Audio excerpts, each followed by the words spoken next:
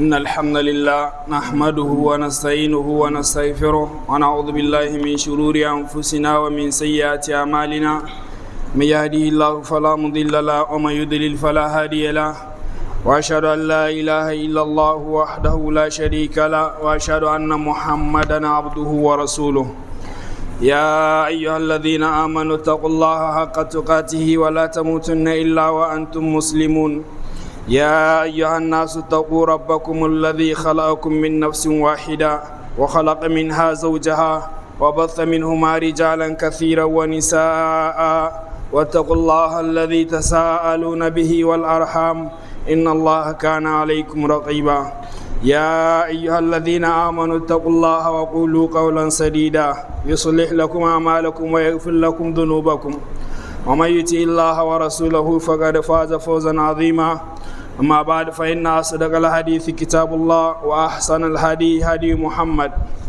وشر الأمور محدثاتها وكل محدثة بدعة وكل بدعة ضلالة ثم أما بعد yayin uwa ga yanda yake a cikin Qur'ani da hadisan manzo Allah sallallahu alaihi wasallam yana da kyau mu fahimci ka'idar Allah mu fahimci ka'idar manzo sallallahu alaihi wasallam a cikin Qur'ani da muke karantawa muna da suratul mu'minuna muna da suratul kafiruna muna da suratul munafiqun wannan kawai yana karantar da kai cewa Allah kamar yanda shi da kanshi ya faɗa a wani wuri inna Allah la yastahi ay yadriba masalan ma ba'udatan fama fawqaha a wani wuri wata mace ce daga cikin matan sahabbai take cewa inna Allah la yastahi min alhaq sai Allah kuma ya tabbatar cewa wallahu la yastahi min alhaq Allah baya jin kumiyar faɗin gaskiya shi yasa wanda ta hau akan shi za a ga sunan shi idan mutum ya yi laihi ya saka ya a saka ya sunan shi idan ya yi abun kiri da muzu shi ma a yi mishi iri yadda yi abu lahab wan ma'aihin manzo Allah sallallahu alaihi wasallam ne amma da ya tashi da ya ci mutuncin manzo Allah shi sai ya kira sunan manzo Allah ya ce tabballaka ya Muhammad da Allah ya tashi sai mai da mishi martani tabbat yada abi lahabin wa tabba wani ya zo ya ci mutuncin manzo Allah sallallahu alaihi wasallam amma shi bai kira sunan shi ba da Allah ya tashi mai da mishi martani sai ya ce wala tutai kullu halafin mahin hammazin masha'in binami manna illil khairi mu'tin asim utillin ba'da zalika zanim ce wannan walakantacce wanda yake ma ba a yi shi ma cikin aure ba rabu da shi Allah ya saka ya sunan shi mana idan mutum yayi abu kiri da kiri sai a kira sunan shi a gaya mishi wani ya zo ya ce manzo Allah sallallahu alaihi wasallam babana ya kasance mutunan kirki ne yana tarban baki yana kaza ya rasu kahin ma ka zo ina babana yake manzo Allah ya ce yana wuta hadisi yana cikin muslim ran shi ya ɓaci tambaya yi aka bashi amsa Allah ya saukar da ya ce la tasalu an ashiya in tubda lakum tasukum wa in tasalu an hina yunazzalu alquran tubda lakum kada ku yi tambaya kan abubuwan da an gaya muku ranku zai ɓaci in kuka yi tambaya in dai ana saukar da ƙur'ani to za a gaya muku Allah baya ɓoyewa haka manzo Allah sallallahu alaihi wasallam baya saka yawa baya yin abin da ake kira complaisance baya mujamala sahabbai sun tambaye shi wa kai da so ya rasulullah yace Abubakar cikin mata yace diye shi shikenan ba wani ɓoyo wannan ya matsayin shahida ne c'est le préambule parce que nous allons aborder un sujet qui est fâcheux et il faut qu'on se parle en tant que musulman à cœur ouvert comme on dit à bâton rompu il faut qu'on se dise les 4 vérités. Le sujet c'est quoi? C'est la délinquance juvénile. Qui est responsable? C'est de ça qu'il s'agit. Les gens vont trouver peut-être certains propos durs, peut-être virulent, mais c'est pourquoi on a fait toute cette introduction. Dans les Corans, les hadiths, non, il n'y a pas de compromis. Voilà, quand la personne a tort, on lui dit qu'elle a tort. Le prophète sallallahu alayhi wa sallam a lui-même le plus aimé d'Allah subhanahu wa ta'ala. Quand il a fait un acte qui n'a pas plu à Allah, Allah subhanahu wa ta'ala a révélé des versets. Il dit Abasa wa ta'ala, regarde-le. Il a détourné les visages, il a renfrogné les visages parce que l'aveugle là est venu vers lui. C'est du prophète qu'on parle. Quand il a libéré les captifs de Badr, Allah subhanahu wa ta'ala a révélé un autre verset. Il dit walaula fadlullahi wa rahmatuhu lamassakum fima akhadtum azabun alim. Pourquoi vous les avez libérés? Si ce n'est pas qu'Allah subhanahu wa ta'ala vous a comblé de sa grâce, il allait vous châtier pour ça. Il s'adresse à son messager. Et donc, en tant que musulman, on doit se dire les 4 vérités. La délinquance juvénile. Parce que si on n'y prend pas garde, si on ne fait pas attention et qu'on ne prend pas nos responsabilités, ce ne sont pas les désaxés là dans la brousse avec les clashs qui vont dans 10-15 ans perturber la quiétude sociale. Ce sont les moineaux de 2 ans, 3 ans là qui tournent autour de nous là qui vont nous dévorer.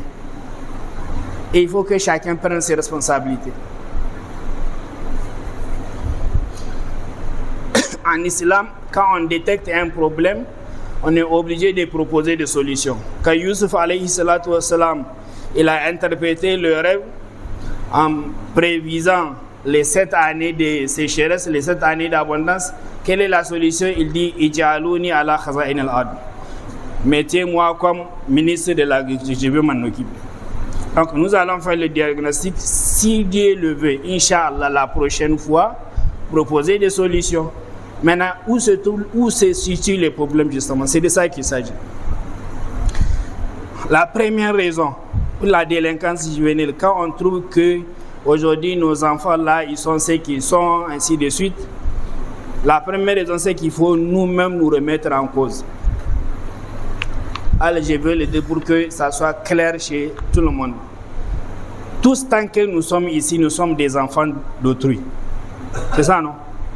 Duk yanda muke masu shekara 80 da 100 wasu dai suka aihe su ko giro ya haka zai giri zangui zai manti dai barfo ni hai pardon.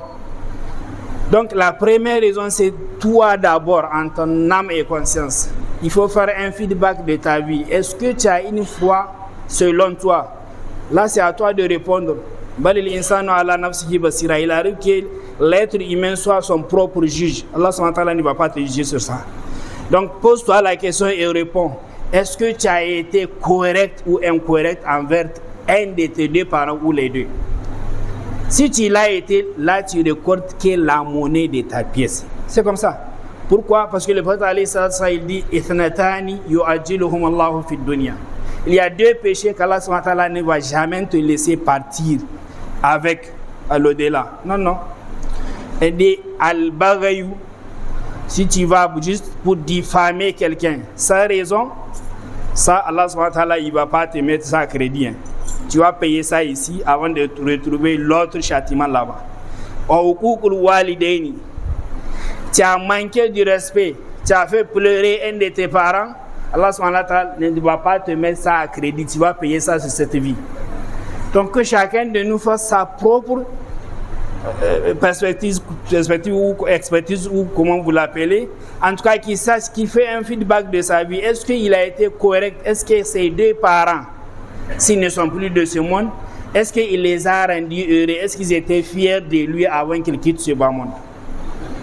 Si ce n'est pas le cas, voilà là où commence le problème. C'est normal que toi, en retour, aujourd'hui, que tu aies des enfants qui vont te fatiguer, ils vont te mettre tension, ils vont te mettre tout ce que tu veux. C'est ce que tu ne vas même pas imaginer. Allah subhanahu wa ta'ala, ça, il n'y a rien à faire. Maintenant, là, la solution, c'est qu'il faut, maintenant, il faut multiplier les istighfar, l'aumône. Peut-être qu'Allah subhanahu wa ta'ala, dans sa miséricorde, il va alléger certaines de tes souffrances. Mais là, c'est individuel. C'est chacun de nous. On doit se rappeler, nos parents, s'ils sont encore en vie, comment est-ce qu'on se comporte envers eux? S'ils ne sont plus de ce monde, est-ce qu'ils étaient fiers de nous avant qu'ils quittent ce bas monde? Si oui, alhamdulillah. Donc il n'y a pas de raison à ce que nos propres enfants aujourd'hui soient irrespectueux envers nous parce que nous, on a été corrects avec nos parents. Si ce n'est pas le cas, voilà la première cause, voilà la première raison. Qu'Allah subhanahu wa ta'ala nous conforme à ce qu'il aime et agrée. Voilà généralement les raisons que nous, que assez souvent, j'ai dit, On met en avant quand on parle de délinquance juvénile. Pourquoi aujourd'hui les enfants sont surexcités, ils sont malpolis, ils sont ceci, ils sont cela. On avance beaucoup de choses. Mais quand vous prenez chaque argument, il n'est pas vraiment valable en soi.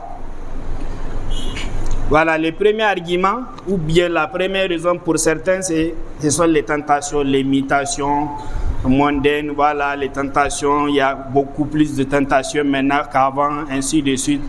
C'est pourquoi les enfants, c'est difficile maintenant de les, qu'on appelle ça, manager, c'est difficile de les garder, c'est difficile de les éduquer, ainsi de suite.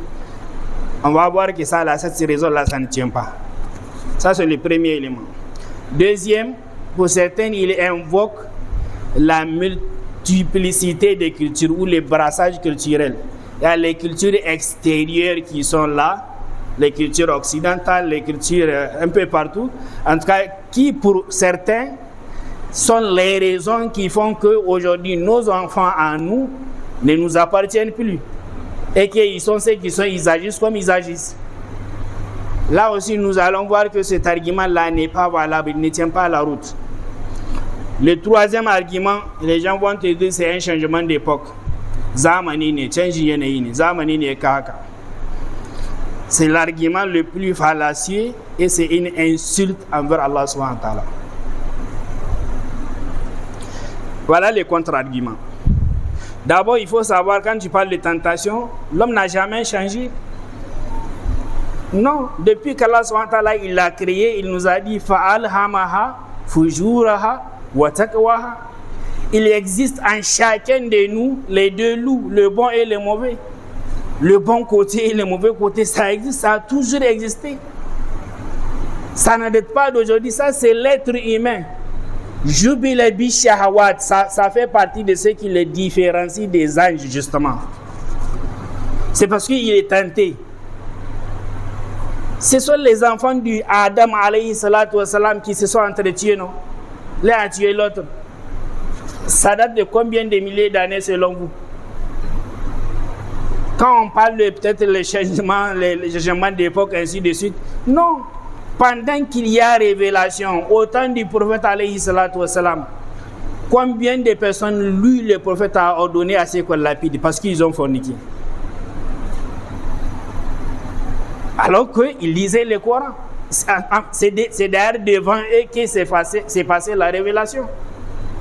Al-Ghamidiyya qui a volé, ce n'est pas une compagnon. Quand même certains compagnons ont voulu intercéder en sa faveur. Maïs qui a forniqué et il est venu de lui-même avouer ce qu'il a fait, le prophète alayhi salatu sallam a ordonné à ce qu'on le lapide. Donc les mêmes sentiments, ça n'a pas changé. L'ego humain, ça n'a pas changé. Il n'y a pas un homme sur cette terre qui il aurait la piété d'Allah subhanahu wa ta'ala au point où il ne sera jamais tenté de faire du mal. Ça n'existe pas. Ça n'existe pas. Le prophète alayhi salatu wa salam, Allah subhanahu wa ta'ala, il a encadré sa vie parce que c'est la créature d'Allah subhanahu wa ta'ala la plus aimée. Et il nous dit que quand il était jeune, il était tenté 2 fois de faire ce que font les jeunes aujourd'hui. Passer les nuits là, les veillées nocturnes là où on se fait la musique, mais Allah subhanahu wa ta'ala l'a empêché de le faire. Le plus important dans le hadith, c'est qu'il était tenté de le faire. Et il a essayé. Il quitte là où il est, il vient de la ville, il veut aller là où c'est fait, comme on dit, boîte de nuit ou quoi là. En tout cas, de leur époque. Et Allah subhanahu wa ta'ala, en cours de chemin, il fait en sorte qu'il s'endorme pour qu'il ne puisse pas y arriver. Il était tenté. Et pourtant, lui, il a subi une opération spéciale.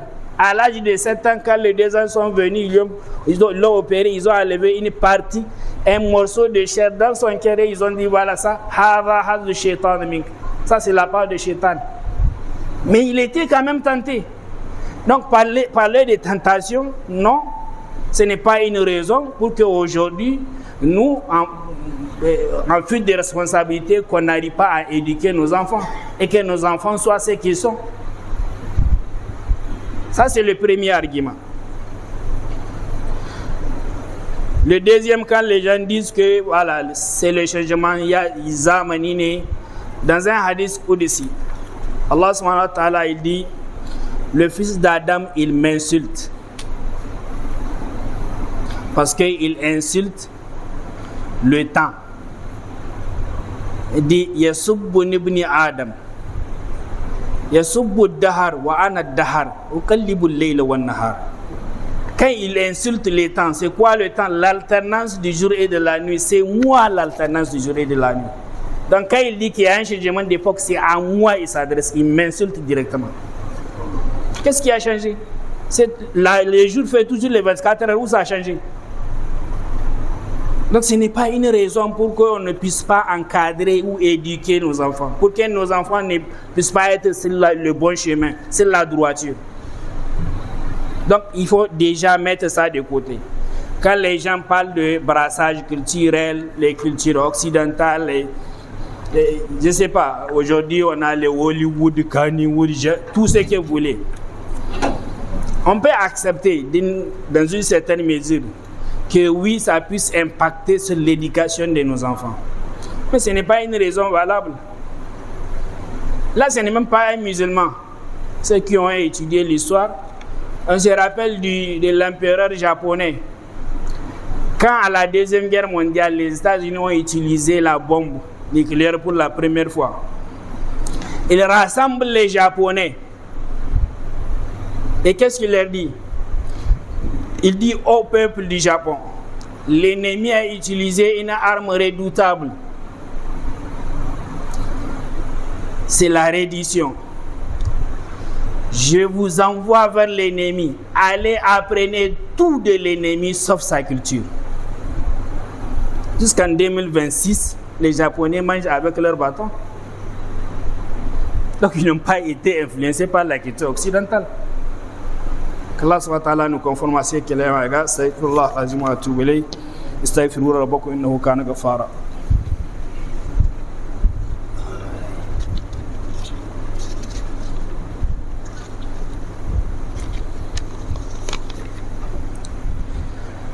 إن الحمد لله نحمده ونستعينه ونستغفره ونعوذ بالله من شرور أنفسنا ومن سيئات أعمالنا من يهده الله فلا مضل له ومن يضلل فلا هادي له أشهد أن لا إله إلا الله وحده لا شريك له وأشهد أن محمدا عبده ورسوله أما بعد.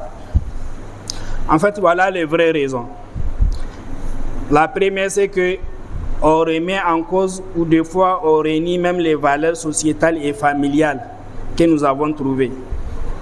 Les jeunes pères, les jeunes mères d'aujourd'hui, ils pensent que leurs parents ont été trop durs envers eux. Et c'est injuste. Et eux, ils ne veulent pas être durs comme l'ont été leurs parents. Quand ils parlent de leurs parents, ils vont dire, ah, tu ne connais pas les vieux là. Ouh, on a eu chaud, hein.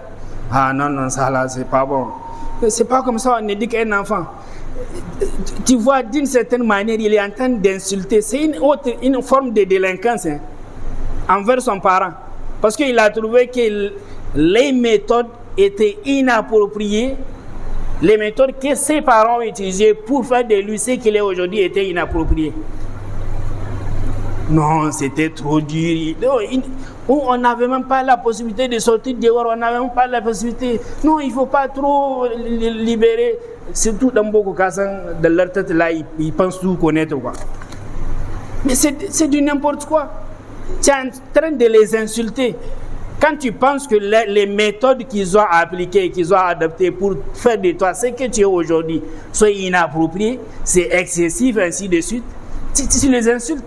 Maintenant, toi, tu veux changer de méthode, non? C'est pourquoi aujourd'hui, tu as en face de toi un enfant qui te tient tête. Quand tu parles, il dit, papa, tu mens. Maman, tu mens. Mais c'est parce que lui ou elle a fait ce qu'il a fait avant que tu n'oserais même pas le regarder dans les yeux. Tu ne vas même pas oser faire quelque chose dehors pour qu'on le lui rapporte, pas devant lui. Voilà la vraie raison. Et il faut qu'on se dise ces 4 vérités et qu'on les accepte.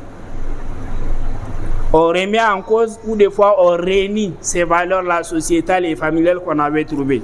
On les trouve inappropriées, maladroites Et maintenant, on veut recréer d'autres valeurs, à notre façon de voir justement. La deuxième raison, c'est l'amour démesuré pour l'enfant. Tout parent aime son enfant. Ça, c'est indéniable.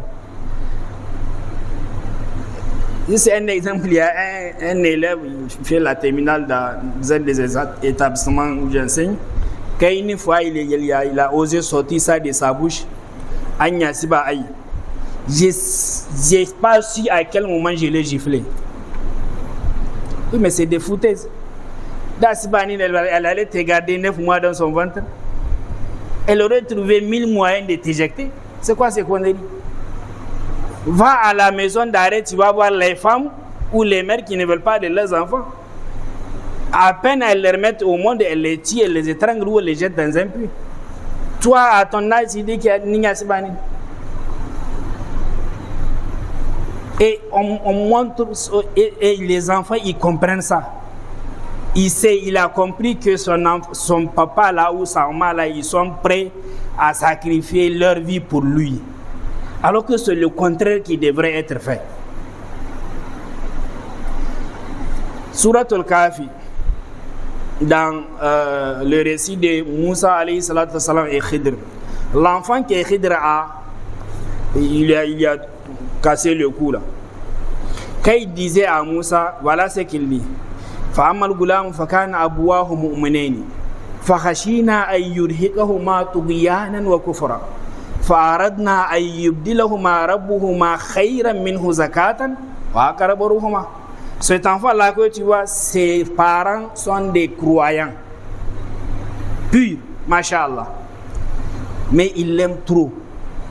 Et Allah subhanahu wa ta'ala, dans sa science infinie, il sait que cet enfant-là serait un kafir et qu'il risque de tirer ses parents vers la mécréance. Il faut leur éviter ça dès maintenant. On le tue, on le débarrasse et on va prier Allah subhanahu wa ta'ala pour qu'il le donne meilleur que lui. Et c'est tout. Et il faut que il y a toute une leçon de sagesse dans ce récit. On y viendra, Inch'Allah. La troisième raison, c'est la fuite des responsabilités dans les familles. Le prophète alayhi salam nous dit dans un hadith, ça fait partie des signes de la fin du monde, antalid al-amatu rabbataha, où les parents seront des enfants, les enfants seront des parents. En fait, on fait de l'élevage, pas de l'éducation. Parce que toi, d'abord, toi, quand pour la plupart qui ont réussi, entre guillemets, aujourd'hui, toi, tu partais à l'école pionnière, tu apprenais tes leçons soit au clair de lune ou bien à lampe tempête, ainsi de suite. Aujourd'hui, alhamdulillah, tout est là, il y a même des veilleuses pour les enfants. Maintenant, tout est là pour lui. Il s'assoit sur table, il veut de l'eau, on appelle la domestique. Ce n'est pas à lui d'aller chercher de l'eau pour lui-même. C'est une vie de responsabilité. Fais-le travailler quand même. Ça ne veut pas dire que tu ne l'aimes pas. On dit en Hausa, il faut lui apprendre Watana Ashazuma, Watana Ashamadati, il faut que ça change. Et la personne va te sortir comme ça bêtement, excusez-moi des termes. Moi, tout ce que j'ai fait, c'est pour que mes enfants ne manquent de rien. Bon sang, parce que toi, tu as tout manqué avant d'être là où tu es là. Quand même, qui ne manque de rien. C'est toi qui vas pourvoir à leur substance. Chaque enfant vient avec sa richesse sur ce bas monde. Ça ne t'appartient pas à toi. Ce n'est pas à toi de contrôler ça. Laisse ça dans la main d'Allah subhanahu wa ta'ala. Ce n'est pas ton travail. Et on arrive au point où ce sont les enfants qui font du chantage à leurs parents. Ils veulent quelque chose, il est obligé de se plier. Le chantage le plus fréquent, c'est quand il s'agit de mariage. Lui, il a choisi une fille, ses parents connaissant la fille ou bien l'histoire de ses parents, ainsi de suite. Bref, ils ne veulent pas de cette fille. Ou bien elle a choisi, elle a trouvé un prétendant, c'est lui qu'elle veut. Donc, c'est Chi Korija ou bien c'est Ita Korija. Mais bon sang, ni un aïe que quelqu'un bani doka. Et aïe qui bani doka, je vais te mettre pied à pied, tu vas mourir. Et c'est fini. Mais bon, ça, c'est moi le parent. Oui, la flèche devait être descendante, pas ascendante. C'est toi qui me dois. Moi, je ne te dois rien. Tu vas me faire du chantage? C'est ton choix ou rien. Je te supprime physiquement. Un point intérêt, c'est tout. Ko gaban Allah na sai ina da hujjar da zan kare kaina. Mais les parents fuient leurs responsabilités. En tant que parent, tu ne sais pas que kana iya ka hana danka namiji ko mace ka hana shi aure. Ka karanta hadisan manzo Allah sallallahu alaihi wasallam. Wani ya zo ya ce ya Rasulullah ina son ya aure wa bana ya hana ni, ya ce ma babanka biyayya. Kariye na fait balle kuma ke mace des choses comme ça. Bref, lokaci yana tiya. Maintenant il y a le conflit parental qui est non cadré. Des fois dans la famille ça arrive. Quand on est ensemble, des fois il y a un conflit entre époux et épouse. Mais on aurait mieux fait de ne pas impliquer les enfants. Il y a une anecdote, vous m'excusez, c'est à Zender. Donc, miji da mata an samu sabani kirib aka shiga cikin juna gaban yara. C'est normal, namiji da mace kan ya fara bugun ta yala imal sai ta cije shi ga hannu. Aka zo aka raba. Ils ont une fille qui a 6-7 ans. Et elle vient auprès de son papa. Elle dit, Baba, inga mai ta tige ka. Les parents, les enfants ont déjà choisi leur camp. Et c'est vous qui les avez poussés à ça. Quand les conflits là, vous l'exposez devant les enfants, vous les forcez à choisir un camp. Et automatiquement, ils vont détester l'autre. Une maman qui joue la victime. Tu viens déjà, tu adoptes une posture victimeuse là, tu viens, tu pleures, et les enfants sont là. Wallahi, Al-Bura Agoga Nyazina Otabani. Regarde ces conneries là. Toi, tu ne sais pas comment ça. On est arrivé à ce stade là. Et maintenant, déjà, tu prends parti quoi. Et le vieux là, il fatigue la vieille là, wallahi. Donc, ils sont déjà dans son camp. Donc, même s'ils vont le respecter, c'est seulement de façon apparente, quoi. Au fond, il n'y a plus ce respect. Et c'est là, c'est la responsabilité des parents. Tout ce que vous aurez à faire, faites-le entre vous. Il ne faut pas que les enfants soient au courant. Pour Dar es Salaam, c'est des célibatariums comme ça, là, il y a 4 maisons alignées. Une fille de 3 ans, comme Chambou Salon. Sous son antiquin salon, la maman et le papa sont à Kouria. Et ils ont commencé à se chamailler. La fille a agémous à Bunti. Elle quitte. Et elle vient en Armo Sintin. Wallahi, 3 ans. Elle dit Armo Sintin. Donc maintenant c'est elle qui devient parent, quoi. Donc vous avez commencé. Ça dit déjà, elle les qualifie même de, vous m'excusez de thème, un couple de chiens quoi, qui se mangent tout le temps. Elle s'apprêtait à manger. Hein. Elle a laissé, elle rentre maintenant au vol, elle dit c'est fini.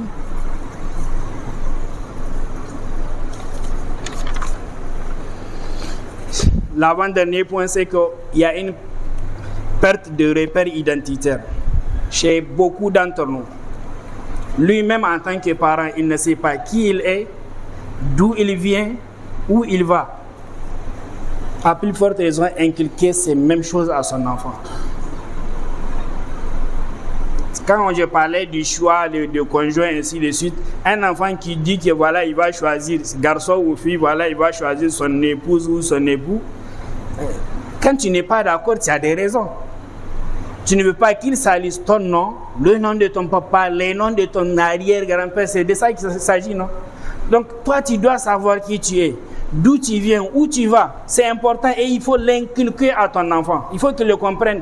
que quand il va dehors et qu'il commet quelque chose de répréhensible, il n'y a pas que lui qu'on voit, il y a toute une chaîne, une série de noms derrière lui. Donc on a perdu ces repères-là et bref, il y a les conséquences. Et maintenant, il y a des parents qui eux-mêmes apprennent à leurs enfants comment être délinquants. Juste deux exemples. Un exemple banal. C'est un parent, il est dans son véhicule, il prend les enfants, il veut les amener à l'école. Il est en retard, il brûle le feu. Ou bien il y a même un policier de circulation qui arrête les gens, il fait comme ça, là il continue. Les enfants sont assis. Qu'est-ce qu'il dit aux enfants? Qu'ils ne sont pas obligés de suivre la loi. C'est de ça qu'il s'agit. Donc, quand il commet quelque chose à leur présence, il le leur apprend. C'est automatique. Donc, il y a même ces parents-là que c'est eux qui inculquent à leurs enfants comment être impolis. Voilà. C'est tout. Je vais donner un autre exemple. Là, ça, vous me citez, comme on a dit, c'est le Coran, il faut parler de tout et se dire les 4 vérités. Est-ce qu'il y a une loi dans le code civil nigérien ou les codes de circulation, ainsi de suite, qui dit que, par exemple, quand on est étudiant ou on est porteur de tenue, on n'est pas obligé de respecter, d'avoir les mêmes pièces d'auto, avoir les casques, si c'est voiture, à mettre la ceinture. Est-ce qu'il y a une loi qui le dit? Donc, en laissant faire, quand il est étudiant, il se croit déjà au-dessus de la loi. Quand même le policier lui prend la moto, il voit son syndicat, on va le récupérer. Donc, il est hors la loi. C'est lui, dans 5 ans, 10 ans, qui va diriger. Vous attendez à quoi? Quand toi, tu viens, tu es en règle. L'autre, parce qu'il est porteur de tenue et qu'il n'est pas en règle, on le laisse faire et que toi, on te verbalise. Ça crée quoi? Frustration. Mettez frustration et mépris, vous aurez révolte. Rien à faire. Si on veut légaliser ça, il n'y a pas de problème. On officialise, on sort un texte pour ça. On va dire tous ceux qui portent la tenue pour service rendu à la nation, vous êtes exemptés de faire telle chose, telle chose, telle chose. Voilà, c'est fini. Tous ceux qui ont atteint tel niveau d'études, pour ce que vous êtes, ou pour ce que vous incarnez, vous êtes exemptés de faire telle chose. Et c'est fini. Là, c'est officiel. S'agissant de l'État, on en reviendra. Nous avons des lois qui sont obsolètes, inadaptées, qui sont dépassées. Il y a l'impunité qui est là. Et assez souvent, les politiques de l'État mettent plus la priorité sur les matériels que l'esprit. On cherche à tout prix à se développer, mais quel type de développement? Aujourd'hui, dans les pays là appelés développés, ils parlent de la moralisation du développement. Commençons-nous par là. Allah subhanahu wa ta'ala nous conforme à ce qu'il aime. Je m'excuse pour le temps pris. اللهم صل على محمد وعلى ال محمد وبارك على محمد وعلى ال محمد كما صليت وباركت على ابراهيم وعلى ال ابراهيم انك حميد مجيد. اللهم انا نعوذ بك من جهد البلاء ودرك الشقاء وسوء القضاء شماتة الاعداء. اللهم انا نسالك باننا نشهد انك انت الله الاحد الصمد الذي لم يلد ولم يولد ولم يكن له كفوا احد. نسالك اللهم باسمائك الحسنى كلها وصفاتك كل خير سالكه عبدك ونبيك محمد صلى الله عليه واله وسلم عاجله وعاجله ما علمنا منه ما لم نعلم ونعوذ بك باسمائك الحسنى كلها وصفاتك الاولى من كل شر استعاذ بك منه عبدك ونبيك محمد صلى الله عليه واله وسلم عاجله وعاجله ما علمنا منه ما لم نعلم. اللهم اصلح لنا دين اللهم اصلنا دنيا التي فيها معاشنا وصلنا اخرة التي اليها معادنا واجعل الحياة زيادة لنا في كل خير واجعل الموت راحة لنا من كل شر. ربنا هب لنا من ازواجنا وذرياتنا قرة اعين واجعلنا للمتقين اماما. قوموا الى صلاتكم يرحمكم الله.